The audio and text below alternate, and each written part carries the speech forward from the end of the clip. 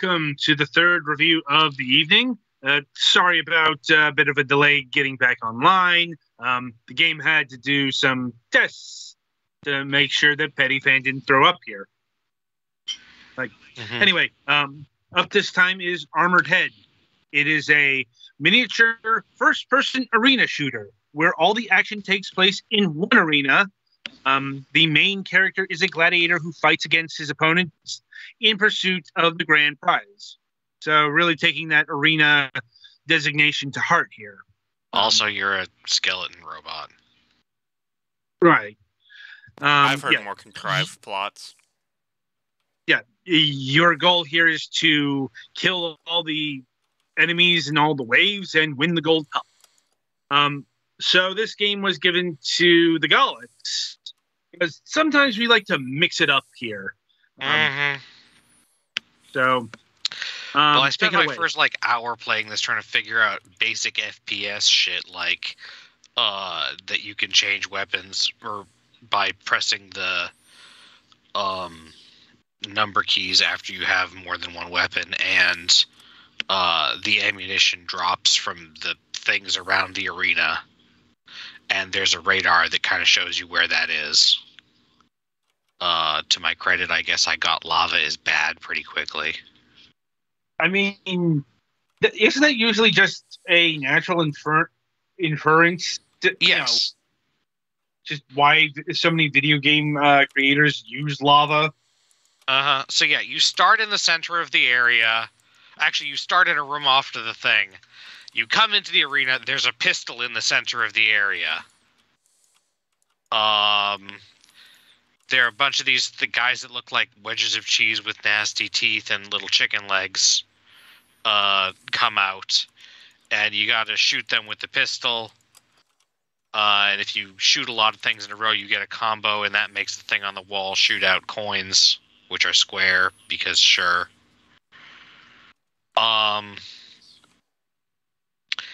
Then at the start of the second round, another pistol appears, and now you have two pistols, and they fire faster.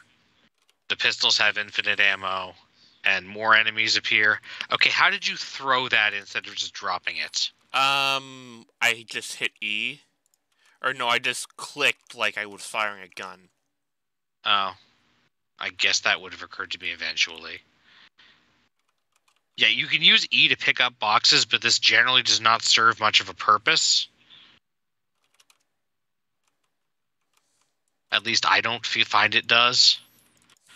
So yeah, you can change between the weapons you have. Apparently there are 10 weapons in the game, but I only ever got 4. Which includes the second pistol, which replaces your first pistol. So the other ones are a submachine gun, which fires fast, and a shotgun, which does a lot of damage. But those have limited ammo, and when you run out, you have to either swap to a different weapon or go to one of the ammo dumps that has had a thing, or blow open a box. Which will do that. The hit targets are fairly precise in this. Even with everything but the shotgun, it's almost exact. Like I expected the submachine gun to have some spread, and it really doesn't. Different kinds of enemies they mostly have different speeds or different methods of approaching you. There's also this glowing polygon thing with a Viking hat on it that if enemies hit that, they get the crown, the Viking hat crown, and then they get faster and twice the health and more aggressive. Also, you start with 2 hits. Some things drop these red surrounded by blue pellets, each one of which is an extra hit, and you can hold up to 10. My runs, the length of them depended extremely heavily on whether I got more of those early, because it's random. You also have a double jump, which consumes light bulbs, and a time slow, which consumes fucking Mega Man E-tanks, I guess, is what they kind of look like. I don't know if there's another functionality that either of those does, but you get more of those mostly by blowing up blocks. Let's see what else. There's a cow for some reason. I believe the cow sucks up the square coins and deposits them in the vault, which is good because then that counts as you having collected the coins.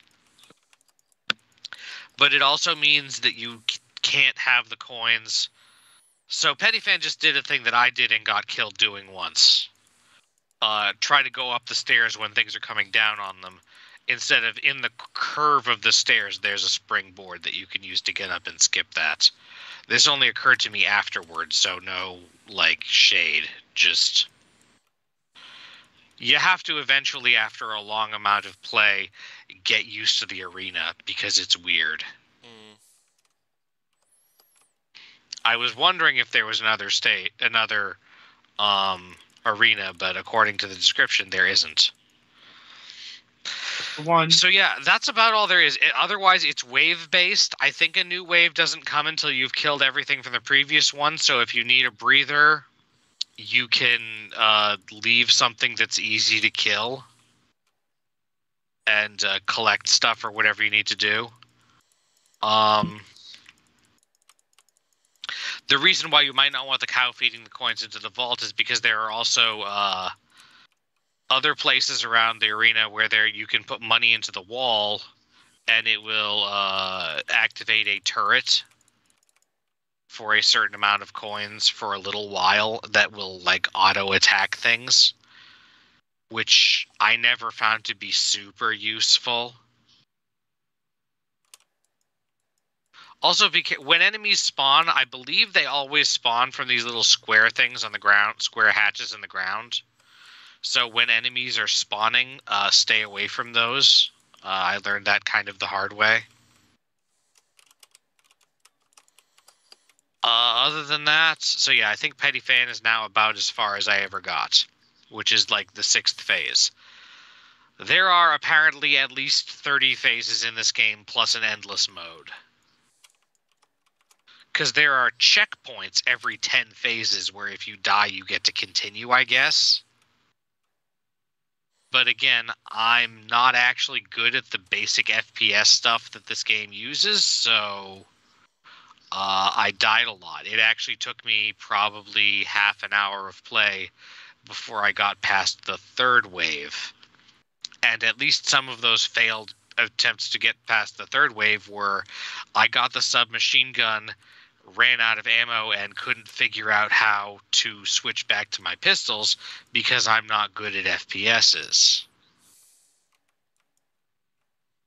Admittedly, the game, because I believe the way they do it is literally like the industry standard after I realized it.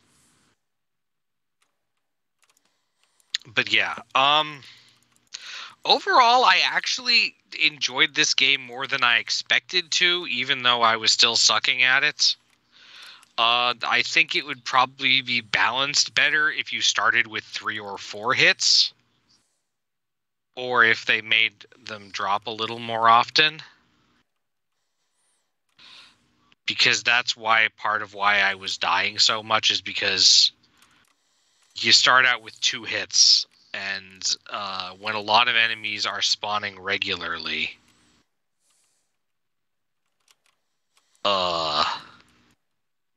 you can go through those hits really quickly.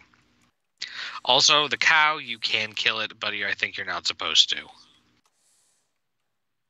It eventually comes back if you kill it, I believe. Some stuff like the intro area has some interesting stuff that I'm not sure if it's like scenery, if there's a way you can like cheat or not like literally cheat, but quote unquote cheat to get to it. Not sure about that. It would be interesting.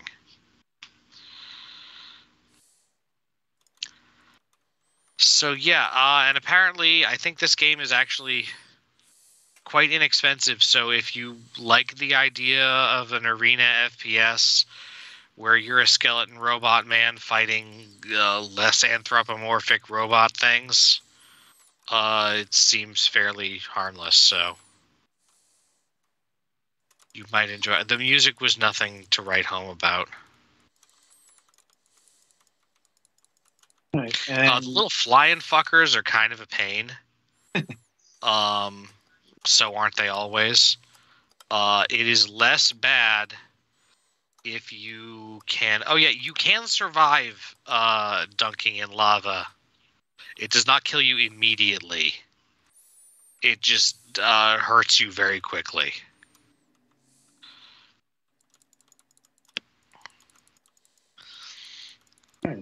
so the game clocks in at $2.99. Yeah, at that price, if you're interested in this kind of game, I definitely think it's worth checking out to see if you think it's too basic or if it's just fun. Again, there are many mechanics in this game that I literally did not live long enough to find out. Like, I don't know if there's a reason to put coins in the vault. There are at least 5 guns I did not see at all. So, yeah, but I think generally, as long as you're not looking for something deep, it's at least kind of fun. It does allegedly support controller controls as well as mouse and keyboard, but the precision with which you are required to shoot at shit probably strongly indicates mouse and keyboard. Like, I don't even like mouse and keyboard, and I still thought it would probably be better to use mouse and keyboard. Yep. I think that's about all I got, unless you guys have any questions. No, I'm good. I think I'm good. All right, so that'll about do it for Armored Head here. Be sure to tune in after the break, as we'll be covering Flight of the Athena.